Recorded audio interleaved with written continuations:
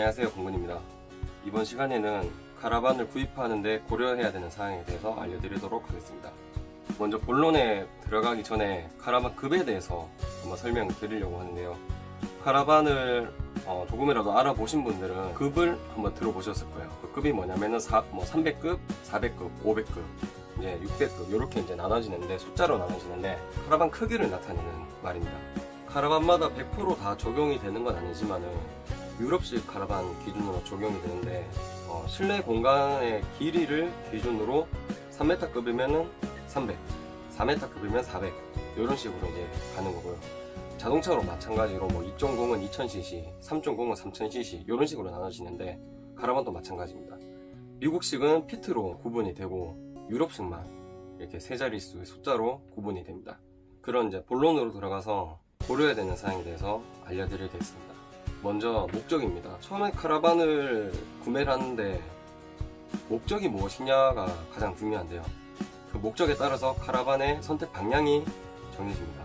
그 카라반의 옵션 선택은 사람마다 전부 다 천차만별이기 때문에 제가 카라반 자체로만 한번 설명을 드리도록 하겠습니다. 먼저 이제 캠핑장 위주로 갈 것이냐, 노지 위주로 갈 것이냐에 따라서 이 카라반 크기가 결정된다고 저는 생각을 하는데, 캠핑장을 가게 되면 보통은 이제 야외에 테이블과 체어를 세팅을 하고 시간을 보내게 되죠. 그러면은 카라반은 사실 대형 텐트가 되는 셈입니다. 근데 저는 굳이 캠핑장을 가는데 큰 카라반을 가지고 갈 필요는 없다고 생각을 하거든요. 캠핑장 위주로 다니면서 카라반에서 잠만 자는 위주로 사용을 할 것이다 라고 하면은 4인 가족 기준으로 300급 후반 내지 400급 중반까지의 카라반을 저는 추천드립니다. 왜냐하면 잠만 자는데 굳이 큰 카라반을 가지고 가서 유지 비용이라든지 그런 부담을 가질 필요는 없다라고 저는 생각을 하기 때문에 추천을 드리고요. 저의 유튜브 캠핑 후기를 보면은 저는 요즘 캠핑장 위주로 다니는데, 저는 국내에서는 큰 축에 속하는 500 후반급의 카라반입니다. 왜 캠핑장으로 다니냐면, 원래 저는 노지를 좋아합니다. 노지를 가려고 견인차도 노지 위주로 세팅을 했고, 이제 카라반도 노지 위주로 세팅을 해놨는데, 가족끼리만 노지로 가면서 놀다 보니까 어느 순간 애들이 그 캠핑장을 한번 갔는데 친구 사귀기를 조금 어려워하는 것 같더라고요. 그래서 와이프하고 상의 끝에 당분간은 애들이 좀 클 때까지는 캠핑장을 가면서 다른 친구들도 같이 만날 수 있게 하자라고 해서 요즘은 캠핑장으로 다니는 추세입니다. 애들이 조금 더 크면은 가능하면 이제 노지 위주로 가려고 생각하고 있습니다. 잠시 얘기가 승천포로 빠졌는데 다시 돌아와서, 저는 개인적으로 카라반은 노지에서 가장 진정한 가치가 이제 보인다고 생각을 하는데, 저희 가족은 캠핑장이 아닌 관광의 목적으로 갈 때는 금요일날 밤에 출발해서 가는 도중에 휴게소에 들러서 하룻밤 잠을 자고 그 다음날 관광을 하고 돌아오고, 아니면은 해당 도시의 강변 주차장이나 그런 곳을 이용을 해서 하룻밤을 자고 오곤 하는데, 노지 위주로 가게 되면은 바깥에 세팅하는데 한계가 있어요. 한계라기보다는 거의 세팅을 못한다고 보는 게 맞죠.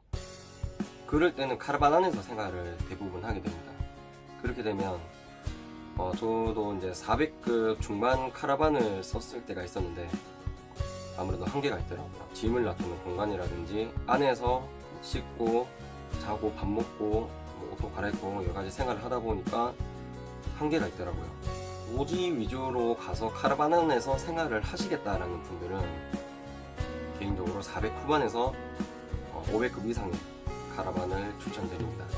물론 500급보다 더 큰 600급, 700급도 있지만은 이 급까지 올라가게 되면은 물론 안에 생활이라든지 카라반의 생활에 대해서는 정말 편해요.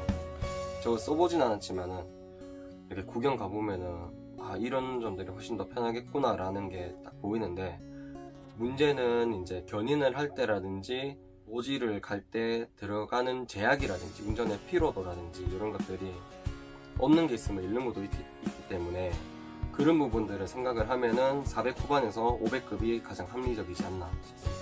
두 번째, 레이아웃인데요. 참고로 카라반은 크게 미국식과 유럽식으로 나눠지는데, 저는 오늘은 일단 유럽식 기준으로 말씀을 드리겠습니다. 레이아웃 설명 전에 말씀드릴 것은 보통 이제 카라반은 가족분들이 대부분 많이 사용을 하시잖아요. 대부분 3인에서 5인 가족인데 5인 가족이다라고 하면은 그냥 바로 500급으로 가시는 걸 추천드립니다. 카라반의 레이아웃은 거기서 거기입니다. 브랜드와 모델은 달라도 이제 같은 급으로 보면은 레이아웃이 대부분 다 비슷해요. 브랜드는 다른데 이제 뭐 화장실, 침대, 주방, 소파 이런 것들의 배치는 대부분 다 비슷하죠. 자동차에서도 보면은 뭐 6인승, 7인승, 9인승 이렇게 있지만은 배치는 거의 똑같잖아요. 카라반도 배치는 비슷한 게 많습니다. 그래서 카라반의 가구, 화장실, 싱크대, 침대 등의 타입별로 제가 특징에 대해서 한번 설명을 드릴게요. 먼저 침대입니다. 침대는 전면 침대, 그 다음에 11자 침대, 2층 침대 크게 이렇게 나눠지는데 가로형 전면 침대입니다. 이게 그림으로 봤을 때는 굉장히 커 보이는데 실제 제가 써본 결과 성인 2명이면은 나름 편하게 쓸 수가 있고 성인 2명에 애기 1명까지는 가능한데 4인 가족은 세로형 전면 침대인데요. 크기는 앞에서 보신 가로 배치형과 크게 다르진 않은데 아무래도 세로형은 개방된 부분이 많다 보니까 조금 더 커 보여요. 장점이라고 하면은 개방된 입구 때문에 출입이 좀 더 편하다. 단점이라고 하면은 이게 애기들 가진 가정에는 안 좋을 수도 있는데 떨어질 수 있는 공간이 많죠. 애들이 자다가 침대 가드 설치를 하더라고요. 애기들 있는 집에서는. 다음은 11자 베드입니다. 이 11자 베드는 400급 후반부터 보통 적용이 되는 레이아웃인데 이게 왜 좋냐면은 4명이 다 같이 잘 수가 있어요. 어떻게 다 같이 자느냐면 11자 사이에 비어있는 공간이 있습니다. 이 비어있는 공간에 침대 같은 쿠션을 넣어줘요. 이렇게 판매를 따로 하거든요. 메이커에서 하든 애프터 마켓에서 별도로 제작을 하든 이렇게 해서 중간에 쿠션을 넣어주면은 전체가 침대가 됩니다. 그러면은 약 한 2.1m에서 한 2.2m 정도 되는 사이즈의 침대가 되는데 이 사이즈면은 4인 가족이 충분히 다 같이 잘 수가 있죠. 그래서 가족이 다 같이 자는데 굉장히 좋고요. 그리고 넓은 공간이다 보니까 쉴 때도 그냥 한 4명이서 그냥 편하게 누워서 쉴 수가 있어요. 이 침대는 다 같이 잘 수 있는 게 가장 큰 장점이고 단점으로는 다 같이 자기 위해서 추가의 비용이 든다는 점. 이 침대는 4인 가족한테 정말 강력 추천합니다. 그 다음 2층 침대인데 이 독립적인 취침 공간을 위해서 따로 놔뒀어요. 초등학교 고학년 들어가거나 이제 들어가는 시점에 애들은 자기의 독립적인 공간을 선호하잖아요. 애들한테 이제 이렇게 2층 침대가 있으면 좋을 것 같고요. 자녀가 3명인 집안도 있잖아요. 어떤 모델에 보면은 3층 침대까지 있어요. 그래서 각각 침대 한 개씩 가지고 잘 수 있고요. 어른들도 잘 수 있지만 카라반의 특성상 가구가 집에 있는 가구처럼 그렇게 튼튼하진 않아요. 그렇기 때문에 어른들보다는 애들 위주로 사용을 해야 합니다.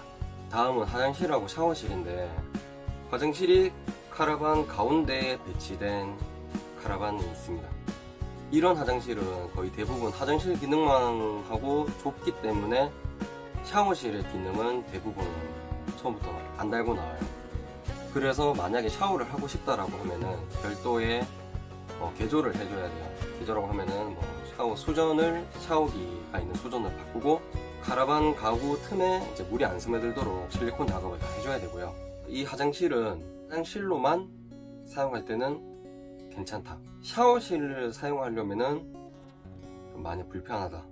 그 다음에 전면 침대, 이제 세로형 전면 침대 옆에 화장실이 있는 카라반이 있습니다. 이 화장실 같은 경우에는 앞서 말씀드린 중간에 배치된 화장실보다는 좀 더 편한데요. 여기에는 보면 대부분이 세면대가 화장실 앞쪽에 바깥에 빠져 있습니다. 그래서 세면대는 바깥에 있고 화장실 안에는 이제 변기와 샤워기가 이렇게 배치가 되어 있고 세면기가 빠지다 보니까 면적이 공간이 좀 더 크죠. 그래서 샤워를 좀 더 편하게 할 수가 있고 그래서 여기는 처음부터 샤워를 할 수 있도록 아예 패키지로 나와요. 처음부터 그 가구 틈새로 물이 안 스며들도록 실리콘 처리가 다 돼서 나오고, 그 다음 샤워기도 달려서 나오고, 그리고 공간도 넓기 때문에 실제 샤워해보면은 많이 편합니다. 이런 배치 카라반 보면 옆쪽으로 창문이 다 나 있습니다. 그래서 이 창문으로 샤워기를 빼서 밖에서 애들을 씻을 수가 있어요. 여름에 이제 물놀이를 하거나 바닷가에 갔다가 오면 이제 발에 모래라든지 그런 것들이 붙잖아요. 그럴 때 샤워기로 바로 씻어서 깔끔하게 들어갈 수 있는 장점입니다. 단점이라 하면은 딱히 없는 것 같아요. 저는 개인적으로 침대 옆에 화장실과 샤워실이 있는 이 레이아웃이 가장 쓰기도 편하고 가장 좀 효율적이지 않나 싶습니다. 그 다음 독립 화장실과 샤워실이 있는데 카라반 운영하시는 분들이 보면은 워너비 모델이죠. 저도 그랬고요. 그래서 저도 지금은 독립 샤워실과 화장실이 있는 모델을 사용을 하고 있는데, 물론 따로 돼 있다 보니까 편하기는 해요. 좀 더 고급스럽기도 하고. 근데 실제로 사용해 보면은 내가 원래 상상했던 것만큼 그렇게 드라마틱한 변화는 아니더라고요. 독립식이라고 크진 않더라고요. 그냥 독립되어 있다 뿐이지 공간은 생각보다 그렇게 넓지가 않아서 실망을 했었어요. 저는. 다음은 테이블하고 소파인데, 이거는 테이블로 줄여서 얘기를 할게요. 먼저 11자 테이블입니다. 11자 테이블도 마찬가지로 이제 카라반에 어느 나라에서 나왔느냐에 따라서 이렇게 좀 나뉘는 게 있는데, 유럽식, 미국식. 유럽에서도 나뉘는 게 독일식이냐 영국식이냐 이렇게 나뉘는데, 영국식은 대부분 모델이 다 똑같아요. 전면에 이렇게 11자로 배치가 되어 있어요. 그래서 카라반 크기별로 4인에서 6인까지 수용이 가능하고요. 영국식의 이 장점이 11자로 되어 있고 전면부가 굉장히 크게 되어 있어요. 그래서 뷰가 굉장히 좋고 고급스럽고, 이 테이블을 바닥으로 내리고 쿠션을 조정해주면은 침대로도 다 변환이 가능합니다. 다음은 U자 테이블인데, 11자 테이블보다 수용 인원이 더 늘어나요. 손님이 오거나 인원이 많을 때는 U자 테이블이 좀 유리하죠. 제가 지금 앉아있는 여기도 U자 테이블인데, 이 3면이 다 상으로 나 있어서 개방감이 굉장히 좋아요. 여기도 테이블을 내리고 쿠션을 배치를 조정을 하면은 침대로 사용이 가능합니다. 다음은 주방인데, 주방은 딱 한 가지만 말씀드릴게요.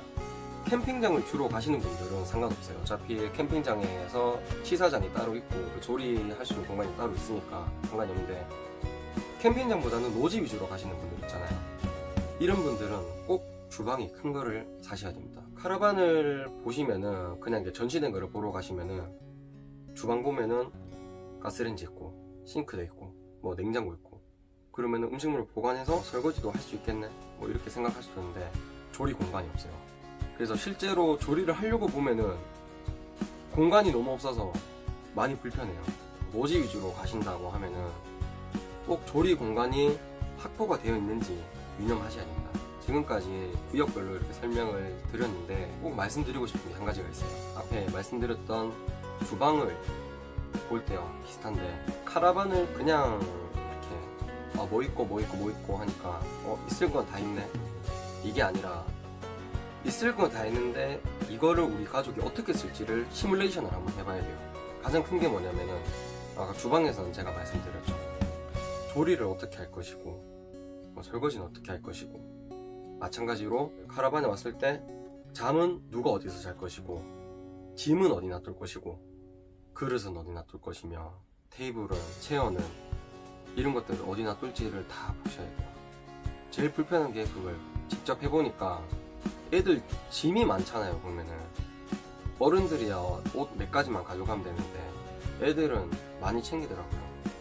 옷도 챙겨야 되고, 장난감도 챙겨야 되고, 책도 챙겨야 되고. 카라반을 보실 때 우리 가족이 가지고 오는 짐들은 어디에 배치를 하고 어떻게 사용할 것이다 라는 것에 대해서도 꼭 한번 시뮬레이션을 해보시기 바랍니다. 저의 개인적인 경험과 견해로 일단 설명을 드렸는데, 제가 말씀드린 게 장점이 무조건적인 장점은 아니고 단점이도 무조건적인 단점은 아니에요. 이게 캠핑의 스타일마다 어떤 사람한테 장점이 어떤 사람한테는 단점이 될 수 있고, 그렇기 때문에 좀 참고해 주시기 바랍니다.